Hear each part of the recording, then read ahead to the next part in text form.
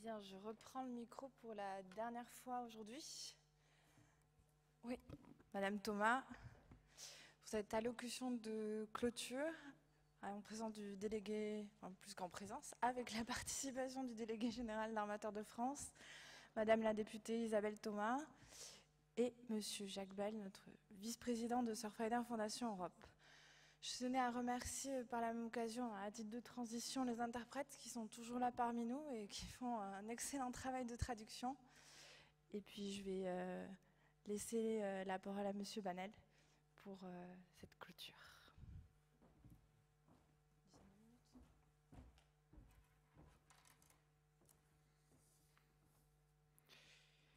Merci. Je remercie d'abord Surfrider pour avoir organisé cet échange de façon très ouverte. Il est souvent trop facile, par des assimilations rapides, de stigmatiser plutôt que de comprendre, et en l'occurrence donc de mettre tous les armateurs dans le même bateau. Cela a été dit, 80% des marchandises transportées sur la planète circulent par voie de mer. Cela peut paraître beaucoup, mais fort heureusement, dans la plupart des cas, ce transport se passe bien et les catastrophes sont évitées. Certains ont dit qu'elles sont évitées tous les jours, mais enfin, en tout cas, le résultat est que cela se passe de la meilleure façon possible. Ceci étant, il y a toujours des risques, et ces risques, nous souhaitons qu'ils soient limités au maximum. C'est à la fois notre objectif et notre responsabilité, tant vis-à-vis de l'environnement que vis-à-vis des hommes. Les armateurs français mènent depuis 20 ans un combat permanent pour la qualité. Je dirais que c'est aujourd'hui presque une question de survie pour eux, pour nos entreprises. Mais tout d'abord, je voudrais revenir sur ce que nous sommes, car j'ai constaté que l'on parle souvent d'armateurs, mais de façon assez désincarnée, de même que des équipages, et c'est assez utile aujourd'hui de dire quelques mots sur ce que ça recoupe en France aujourd'hui. La France compte à peu près une centaine d'entreprises de transport maritime. Cela représente 25 000 emplois. Et ce secteur a deux caractéristiques principales. Ce sont des entreprises de taille humaine, pour l'essentiel des entreprises familiales établies depuis longtemps, qui s'inscrivent dans des démarches industrielles à très long terme. Ce sont des propriétaires opérateurs de leurs navires et elles ne les vendent pas ou ne les affrètent pas sur des périodes courtes, mais sur des périodes longues et se projettent à 5-10 ans, voire à 25 ans pour certaines. Ces entreprises sont d'une très grande diversité. Et ça, c'est un élément très important. On a beaucoup parlé de chimiquiers et de pétroliers. Des armateurs, vous en avez sous les yeux tous les jours. Vous avez du transport de passagers, vous avez des opérateurs publics, des opérateurs portuaires, des pilotes, des manutentionnaires. Vous avez des petits bateaux qui font la desserte des îles. Et puis vous avez effectivement des transports de vrac, de produits chimiques, de produits pétroliers, ou de conteneurs. Les armateurs sont en première ligne de la mondialisation. Ça a été dit à plusieurs reprises. Mondialisation des échanges. C'est un phénomène qui parfois fait peur. On ne peut que constater qu'aujourd'hui, on va dire 120 pays à peu près émergents veulent leur part de consommation de produits énergétiques et de produits de consommation. Évidemment, cela représente potentiellement un trafic très important pour les années à venir. Nous connaissons cette problématique, elle ne nous fait pas peur, nous savons qu'elle est nécessaire, mais nous savons aussi que pour la maîtriser, il faut l'anticiper. Alors je le dis devant vous, les armateurs sont pour la plupart des acteurs responsables. Et cette responsabilité, elle revêt 3 axes qui ont été bien déclinés au cours de ces 2 jours de conférence. La première responsabilité, c'est une responsabilité en matière de sécurité. Sécurité des conditions de transport, sécurité des conditions de travail pour les hommes. On a beaucoup travaillé ces dernières années sur le renforcement de l'ensemble de la chaîne, que ce soit l'armateur, l'affréteur, la société de classification, c'est-à-dire celle qui audite, ou les États, État du pavillon et État du port. L'ensemble de la chaîne de responsabilité a été impliqué. L'Europe a joué un rôle moteur dans cette action. Donc, on l'a dit avec les 3 paquets Erika. Les armateurs ont été très impliqués au niveau européen. Et nous, on est totalement solidaires de cette réglementation. Aujourd'hui, il faut savoir que le pavillon français est un des 3 premiers pavillons au monde en matière de sécurité. Il a été classé comme tel par l'International Chamber of Shipping. C'est le résultat de cette politique. Ensuite, il y a la responsabilité environnementale, à laquelle personnellement je tiens beaucoup. C'est évidemment lié à la responsabilité en matière de sécurité. C'est une action là aussi de tous les jours. Je ne m'étendrai pas, mais aujourd'hui nous travaillons, y compris à l'Organisation maritime internationale, sur des sujets aussi divers que la réduction des émissions de soufre, la réduction des émissions de CO2, de particules, la gestion des déchets, le contrôle des eaux de ballast. Et c'est quelque chose de très concret. Et ces exemples montrent que depuis 10 ans, beaucoup de choses ont été faites. Ensuite, il y a la responsabilité sociale. Et alors j'insisterai beaucoup sur ce sujet parce qu'il a été un peu oublié au cours de ces 2 derniers jours. Je l'ai dit, il y a 25 000 emplois dans ce secteur. Ce sont des hommes, nous les appelons des gens de mer. Ils sont très présents sur le littoral. Tous habitent dans nos régions. Ils sont souvent basques, bretons, normands, charentais. Et ils auraient aimé, je sais qu'ils me l'ont dit, en tout cas les organisations syndicales m'ont fait passer ce message, ils auraient aimé être là pour dire à quel point eux-mêmes ont souffert de la catastrophe de l'Erika notamment, et à quel point ils sont attachés à l'image de leur métier. Et j'en profite pour dire qu'il ne faut pas oublier les hommes pour 2 raisons importantes. Première raison, la priorité d'une politique de sécurité maritime, c'est de préserver la vie humaine. Car dans chaque catastrophe de type Erika, Prestige ou autre, la première priorité, c'est de sauver les équipages. Donc la dimension humaine et la dimension environnementale sont liées de façon tout à fait inextricable et irrémédiable. Et nous partageons le même objectif, qui est en l'occurrence de prévenir les accidents. La deuxième raison, c'est qu'un des éléments fondamentaux de toute politique de sécurité maritime, et là je parle au niveau des outils, c'est la formation des hommes et leurs conditions de travail. Le BEMR nous dit souvent qu'entre 60% et 80% des accidents de mer survenus dans les eaux françaises sont liés à des fautes humaines. Et c'est vrai d'ailleurs dans le travail à terre comme en mer, un marin qui n'est pas stressé, qui a de bonnes conditions de travail, qui est bien formé, qui a bien dormi, ça peut paraître très basique, mais c'est tout à fait concret. C'est ça une clé essentielle, et c'est un élément fondamental d'une politique de sécurité maritime. Alors, toutes les catastrophes dont nous avons parlé ne doivent pas faire oublier que grâce à cette politique de responsabilité aujourd'hui, le transport maritime est un des modes de transport les plus sûrs et aussi les moins polluants. Et nous sommes déterminés en ce qui nous concerne à poursuivre cette politique avec vous, notamment avec les ONG, avec les politiques, pour faire en sorte que ce qui a été fait n'ait pas été fait en vain. Je l'ai dit, il y a des comportements délinquants. Je crois que ça, personne ne le nie. Et ces comportements délinquants doivent être réprimés. Mais ils ne sont pas une fatalité. Encore une fois, nous avons fait de la qualité, en ce qui nous concerne, la qualité du transport maritime, un élément essentiel de notre politique. Et c'est grâce à ça que nous avons survécu à la mondialisation, parce qu'on ne peut pas se battre sur les coûts, donc c'est sur la qualité. Nous, en tout cas, on peut se battre. Et si nous avons réussi à le faire, d'autres peuvent le faire. Alors, me direz-vous, là, vous nous parlez du pavillon français, voire du pavillon européen, et après tout, le problème n'est pas là. Aujourd'hui, la flotte de commerce française, c'est la 27e flotte de commerce au niveau mondial. Il est clair que devant nous, on a de grands pavillons bien connus, dont je tairai les noms, mais qui évidemment n'ont pas forcément toujours la même politique que nous. Alors, et je crois que c'est le plus intéressant dans les 2 jours que nous venons de connaître. Quelles sont les orientations, quelles sont les perspectives pour créer ce que j'appellerais un cercle vertueux? Moi, j'en retiendrai 2 axes principaux. D'abord, il faut à chaque fois que possible privilégier l'action au niveau international. C'est pour nous armateurs donc un niveau donc fondamental. Cela ne veut pas dire qu'on ne peut pas agir donc au niveau local, au niveau régional donc ou à un autre niveau. Mais cela veut dire tout simplement que si on n'a pas une politique donc partagée par tous au niveau mondial, donc on est les premiers à en souffrir. Donc, et que par ailleurs, donc les problèmes que l'on résout à un niveau local, donc on les exporte.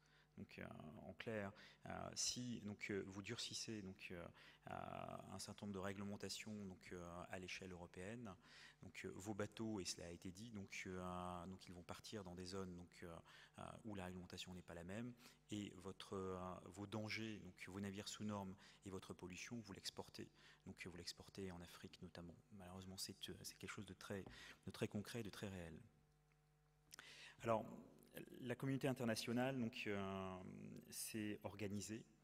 Je crois qu'on peut donc, en être assez fier. Certes, donc, il a été dit que donc, cette organisation ne va pas suffisamment loin, mais quand je regarde donc, le bilan des 10 dernières années, donc, il y a un travail ininterrompu qui a été fait sous la pression d'États européens, sous la pression d'États comme la France, sous la pression d'armateurs responsables aussi d'ONG. Et je dirais que cet engagement, donc, je ne reviendrai pas sur tout ce qui a été déjà dit, mais à travers des conventions comme Marpol, donc, sur la pollution, des conventions comme la SOLAS évidemment, donc, cet engagement, donc, il a été très fort, il est remarquable. Il est comparable au niveau donc, du système des Nations Unies simplement à ce qui a été fait au niveau aérien. Il y a très peu d'organisations qui sont allées aussi loin en matière de réglementation. Donc on peut aller encore plus loin. Donc moi j'ai entendu ce matin certains dire qu'il fallait agir donc, sur la réglementation donc, applicable aux navires de croisière. Moi je suis tout à fait d'accord. Donc, et les armateurs français sont tout à fait prêts à s'engager dans une réglementation plus dure, donc s'appliquant aux navires de croisière, parce qu'il y a aujourd'hui un vrai enjeu sur donc, ces navires de grande taille. Et on a aussi parlé de la sécurité passive. Donc, et là aussi, donc, ce sont des éléments donc, qu'on peut intégrer dans une réglementation. Donc la réglementation, elle peut évoluer et elle doit évoluer. Mais moi, il y a un point très important sur lequel je souhaiterais donc, conclure, qui est l'application de la réglementation. La réglementation, donc, elle peut exister, mais si elle est mal appliquée, elle ne sert à rien. Or, au niveau international, donc, c'est une réalité très concrète. Et elle doit être appliquée par les États. Donc c'est la responsabilité des États donc, qu'il faut aujourd'hui aussi mettre en avant. Cela a été dit de façon diffuse lors des différents entretiens, donc, mais je crois qu'il faut rappeler qu'aujourd'hui, la première responsabilité, c'est celle de l'État du pavillon. Et que si on n'est pas capable de sanctionner les États qui ne respectent pas leurs obligations internationales, donc, nous n'irons nulle part, et que le renforcement de la réglementation n'aura servi à rien. Alors, pour moi, donc, il faut agir dans 3 directions. Donc d'abord l'état du pavillon, je l'ai dit. Donc pour ça, donc il faut sanctionner. Il faut savoir que la convention de Montego Bay, donc ce n'a pas été vraiment dit, mais je pense que vous le savez, donc prévoit un tribunal international du droit de la mer qui est à Hambourg. C'est un système qui est très peu utilisé aujourd'hui. Donc nous, on souhaite donc, que ce qui a été mis en place, et pour le coup le droit international en matière maritime a été très innovant, donc soit utile et servent donc, davantage qu'il ne l'est aujourd'hui. Donc vous pouvez compter sur le doigt de la main le nombre d'arrêts du tribunal international du droit de la mer. Et ça, c'est totalement donc, inadmissible. Et je dirais que quand je vois effectivement que dans l'affaire du Prestige, donc, on se retrouve avec le commandant du navire donc, et que les États donc, ne sont absolument pas inquiétés, il y a un vrai souci et un vrai déni de justice. Alors ensuite, il y a ce qu'on appelle la responsabilité de l'État du port. Alors, l'État du port, on a inventé ça donc, pour justement pallier la responsabilité de l'État du pavillon. C'est-à-dire que le navire, lorsqu'il fait un escale dans un port européen, par exemple, dans un port d'Amérique du Nord, donc, va faire l'objet d'une inspection, donc, par exemple par la France, donc, et que cette inspection, si elle donne lieu donc, à des non-conformités par rapport au droit international, donc, va conduire donc, à ce qu'on appelle les immobilisations. C'est un système qui est très efficace, donc, on l'appelle en anglais le Port State Control, et effectivement, donc, c'est un système qui a permis de chasser donc, les navires sous normes des eaux européennes et américaines. Là aussi, donc, ce système est efficace, mais attention, donc, il déplace le problème. Donc les navires qu'on chasse de nos eaux sont des navires qu'on retrouve dans d'autres zones, donc avec des États qui n'ont ni la volonté ni la capacité de faire ces contrôles. Donc ce n'est pas suffisant. Enfin, état du port, état du pavillon, l'état côtier, cela a été dit aussi. Donc il y a une problématique à laquelle moi je tiens beaucoup, c'est celle des lieux de refuge. Et l'Europe a fait beaucoup ces dernières années là-dessus, donc elle s'est emparée du sujet. La France a publié un décret il y a peu pour décrire la procédure applicable. Donc on a réglementé, mais concrètement, quand ça s'est passé avec l'affaire du Flaminia, on a observé que personne n'osait ou n'était en position d'assumer la responsabilité, de choisir où le navire allait être placé.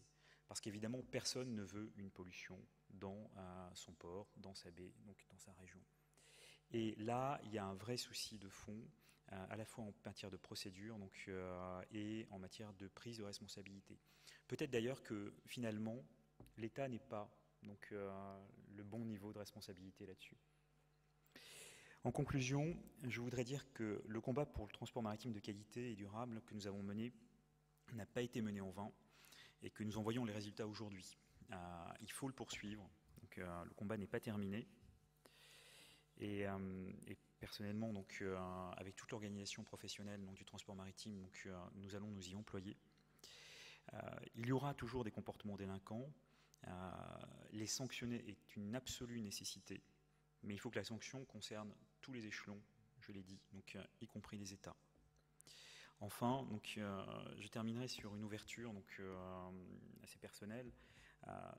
Il appartient à tous, et notamment aux clients et aux consommateurs, à l'ensemble de la chaîne logistique, de privilégier la qualité sur la politique du moindre coût et la compétence et le savoir-faire sur le moins-disant social. Et quand je dis ça, je reboucle avec le début de mon intervention.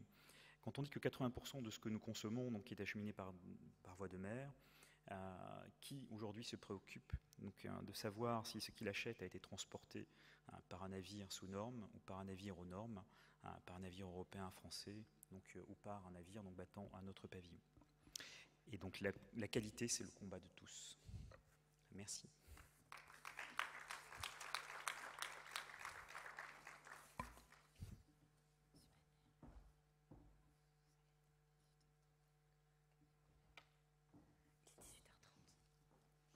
Merci Monsieur Banal pour votre intervention. Donc, Monsieur Banal ne va pas tarder à nous quitter pour rejoindre l'aéroport. La suite avec Madame Thomas, qui est députée européenne et qui saura aussi relayer cette conférence, je dirais, dans cette sphère où la démocratie s'exprime, mais au niveau de 27 pays.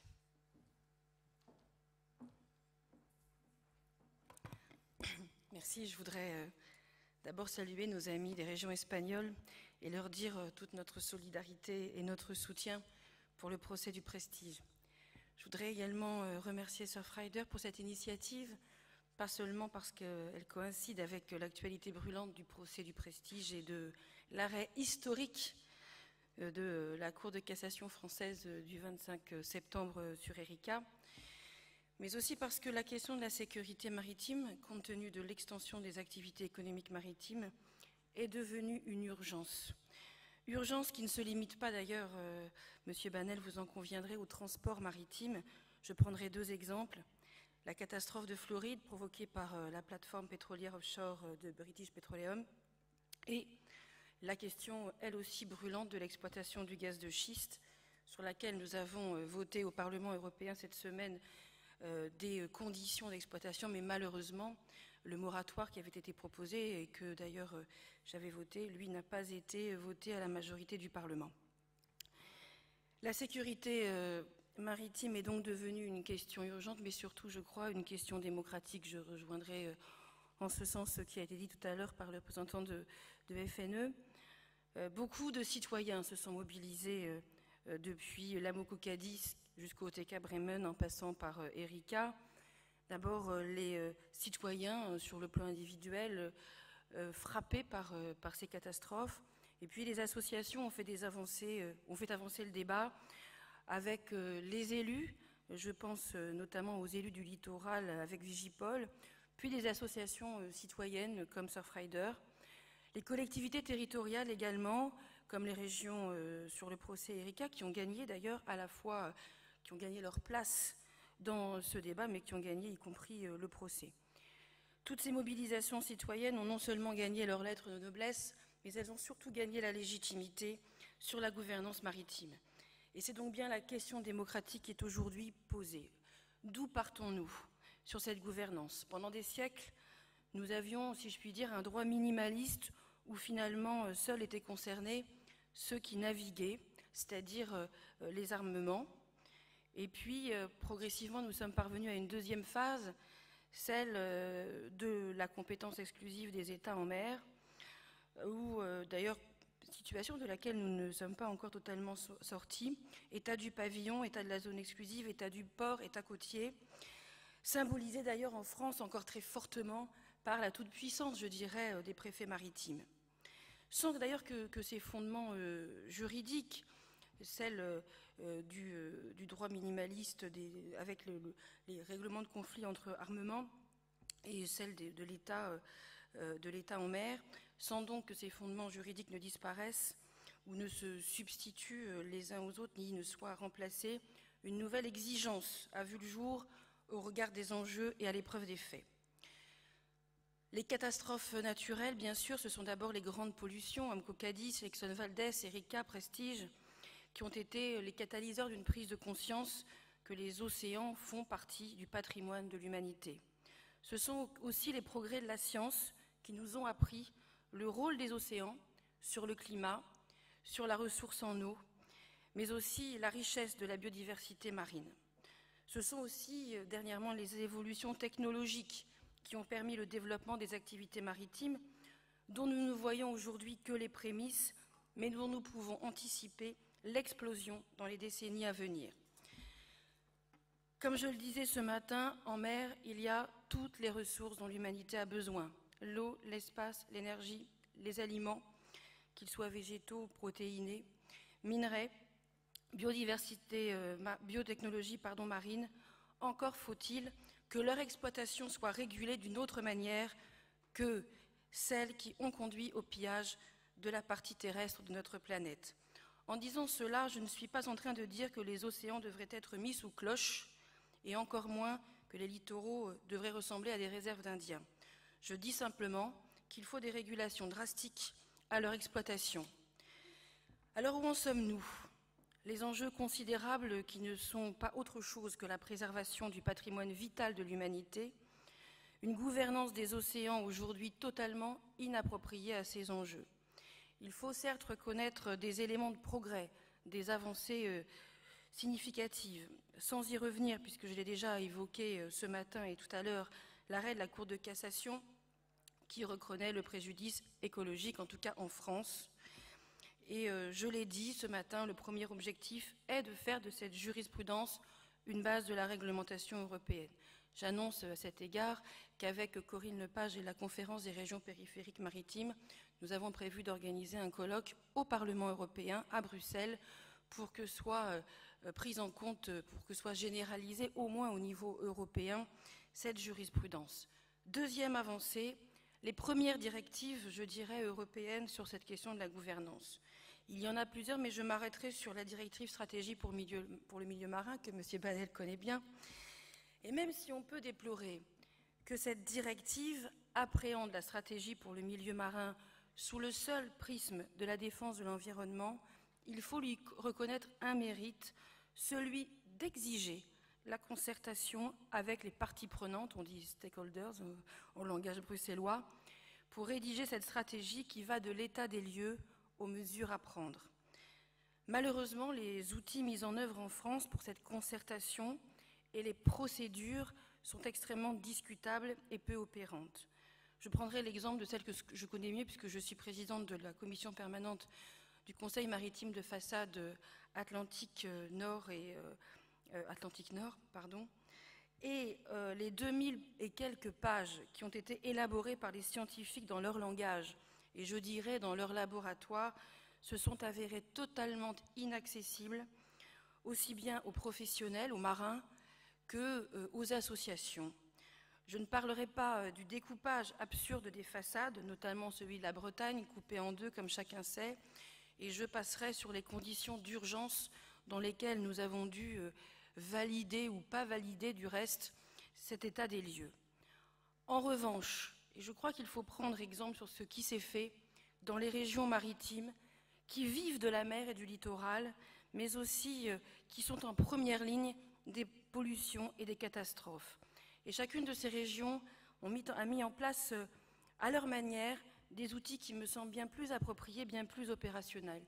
Le GIP littoral en Aquitaine, le Parlement de la mer en PACA ou bien en Languedoc-Roussillon, la conférence régionale de la mer et du littoral en Bretagne, que je connais bien pour y avoir travaillé plusieurs années, et sur la base d'un référentiel partagé, la charte des espaces côtiers bretons, que j'ai eu d'ailleurs le plaisir de signer avec Surfrider il y a à peu près 6 mois de cela, à Brest.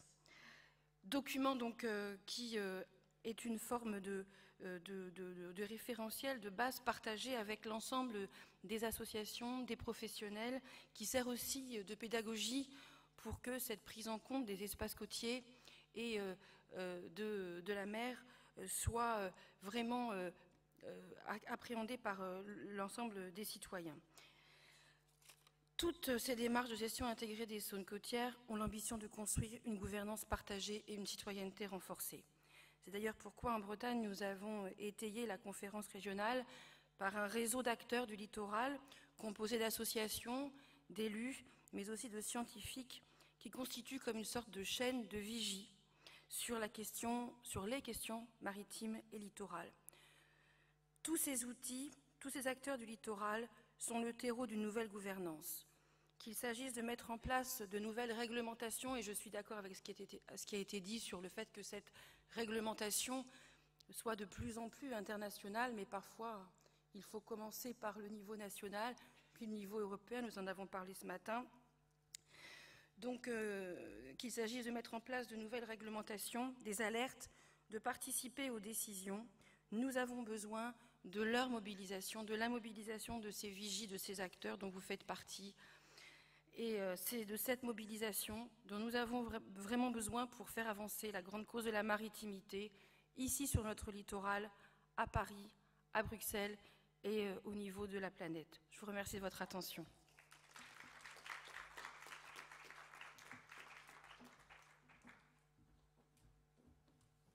Merci pour cette très belle conclusion, Madame la députée. Je vais désormais laisser la parole à notre vice-président pour une dernière conclusion.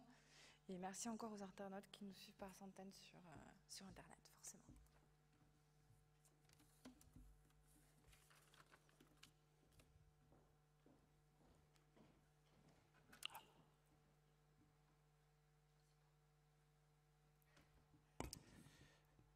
Bon, j'ai une tâche difficile, je dois remplacer le président qui en général est très habile à ce genre d'opération. Donc il m'a donné une consigne, c'est de faire court, c'est-à-dire moins de 20 minutes. Donc je vais essayer de m'y tenir. L'association Surfrider est dans son rôle lorsqu'elle organise un tel événement, puisque le transport maritime et les infrastructures marines sont vraiment un de nos programmes phares. Donc, en ce qui nous concerne, notre manière de travailler, c'est d'être force de proposition, de participer au débat et également d'être l'aiguillon auprès des collectivités, auprès des autorités et des professionnels, bien sûr. Quand c'est nécessaire, nous signifions notre colère. À ce sujet, j'aurais une petite anecdote à faire qui n'a pas été donnée, c'est que lorsque il y a eu la catastrophe du Prestige, nous nous sommes retrouvés confrontés, je crois que c'est Michel Venac qui l'avait évoqué, les boulettes sont revenues juste avant la saison d'été, et tout le monde croyait que ça y est, le problème était derrière nous, et de nouveau on s'est retrouvé avec des pollutions sur les plages. Et nous avons eu un certain nombre de nos bénévoles qui commençaient à s'énerver sérieusement parce qu'ils trouvaient que les choses ne bougeaient pas et que le discours qui était fait par les autorités était au contraire extrêmement rassurant et essayait de comment dire, de noyer le poisson, on va dire. Et il s'avère qu'à cette occasion, on avait décidé de monter une opération justement pour faire prendre conscience à la population en France, pas simplement le littoral d'Aquitaine et de Bretagne, leur faire prendre conscience que le problème était toujours devant nous. Et donc ce que nous avions fait, nous avions proposé à la mairie de Paris, qui, vous le savez, en été fait Paris-Plage, donc on avait proposé de faire un rituel de mélange des sables de plage, sans leur dire que bien sûr on allait venir avec du sable et des boulettes de notre côte. Donc quand on est arrivé à Paris, je me rappelle, j'y étais avec quelques bénévoles, c'était juste avant la catastrophe sanitaire de la canicule, c'était quelques jours avant, et on est arrivé à Paris quand on a appris à la mairie de Paris qu'on allait mettre des boulettes sur leur sable devant la mairie. Ils étaient vraiment embêtés, parce qu'en plus, comme il n'y avait pas d'actualité encore sur Paris, il y avait beaucoup de journalistes et de télé qui étaient montés, parce que ça les intéressait de couvrir cet événement. Donc du coup, on a fait une petite conférence de presse, comme ça, dans un coin de cette plage improvisée, avec nos boulettes qui étaient méconnaissables, parce qu'avec la chaleur qu'il faisait, elles avaient complètement fondu, mais ça a eu un certain succès. Donc ça, c'était pour dire que nous savons être l'aiguillon et pousser là où ça fait mal, quand c'est nécessaire.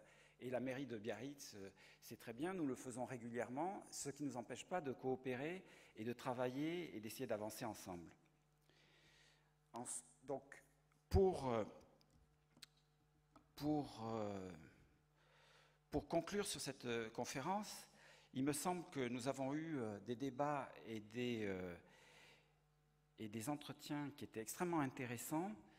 Et je vous invite à voir et à revoir les ateliers et le contenu des ateliers sur le site de la conférence, qui est www.prestige10th.com. Donc, vous pourrez, il y a également le rapport qui a été fait par Antidia et ses collègues sur la sécurité maritime, qui est disponible. Et c'est sûr que pour nous, c'est un événement extrêmement important et que nous allons donner suite. Je remercie les gens qui se sont déplacés pour suivre les débats.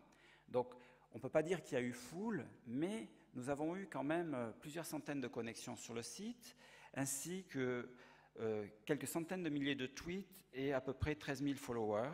Donc, ce qui fait que la qualité et la richesse des interventions ont été multipliées par tout ce travail que nous n'avons pas vu, nous, directement. Merci pour justement tous les intervenants et leur disponibilité, parce que ce n'est pas évident de venir dans la région quand ce n'est pas pour des vacances. La Bretagne connaît aussi ce problème un peu, c'est-à-dire l'éloignement du centre de la France.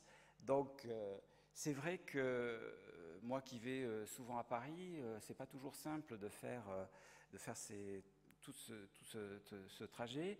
Et bon, on a eu quand même beaucoup de gens qui sont venus de certains coins éloignés d'Europe. Et ça, c'est vraiment appréciable et ça a participé à la richesse du travail qui a été fait. Je remercie également les partenaires, nos partenaires habituels et ceux qui nous ont soutenus dans cet événement, comme la ville de Biarritz, le Conseil général 64, la région Bretagne qui est toujours derrière nous, la région Aquitaine, la Chambre de commerce et d'industrie de Bayonne, le ministère de l'Environnement. Pour finir, donc il y a également d'autres partenaires et d'autres personnes qui vont être remerciées, mais plus particulièrement par Antidia. Je remercie Antidia pour le travail magnifique qu'elle a fait, parce que c'est elle qui a coordonné toute cette activité. Et elle ne se remerciera pas elle-même, je suppose. Pour finir, voilà.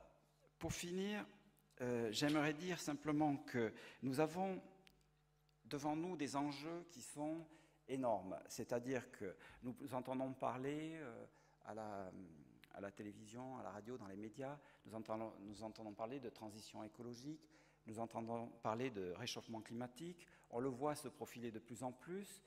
Nous entendons parler également d'industriels qui vont de plus en plus loin, par exemple pour l'exploitation des gisements sous la mer, du pétrole, des minerais. Donc il y a toute une activité qui se développe autour de la mer et celle-ci est considérée comme la dernière frontière, l'Eldorado. Dans Eldorado, il y a quelque chose qui me fait un peu peur, il y a or. Et l'or, il y a les deux facettes de l'or, c'est-à-dire l'or c'est une matière brillante et riche, et puis il y a aussi tout ce qui va avec, c'est-à-dire la ruée vers l'or, tout ce qui s'est passé dans les siècles passés et qui se continue à se produire dans certains pays, à savoir, il y a une forme on rabaisse aussi la qualité humaine à travers ça. Donc je me dis, les enjeux qui sont autour de la mer sont extrêmement importants. Il faut qu'on soit tous présents. Plusieurs intervenants ont insisté sur le nécessaire gouvernance mondiale et le fait de mettre le citoyen au centre. Je reprends l'expression de Christian Garnier qui nous a dit que ça ne pourra pas se faire sans la mobilisation citoyenne. Surfrider est dans son rôle et souhaite justement, va continuer à se battre pour les mers et les océans et nous avons besoin de toutes les bonnes volontés. Je vous remercie tous.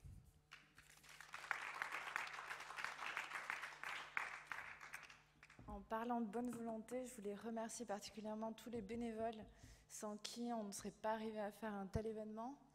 Je pense à Mélissa, qui est parmi nous, qui a mobilisé les universités qui sont connectées en ligne. Je pense à l'ensemble des hôtesses micro, Marine, il y a 2 Marines, Laetitia, Mathias, Vincent, également Linda, qui est parmi vous et qui a pu vous orienter d'un côté de l'autre pour les chauffeurs. Les restaurants, non, merci à vous, ils sont au fond de la salle et on peut les applaudir. Tous mes collègues qui ne sont pas là, qui sont en train de préparer l'inauguration de nos locaux à laquelle je vous invite cordialement à partir de 19h, soit dans 10 minutes, 13 allée du Mourin à côté de la gare de Biarritz. Merci à tous, ceux qui sont en ligne, ceux qui sont là, ceux qui ont permis cet événement et sa continuité. Et bien sûr, merci encore aux interprètes. Et la régie, merci aussi beaucoup pour toutes les présentations, les vidéos. Merci pour tous les techniciens. Bonne soirée.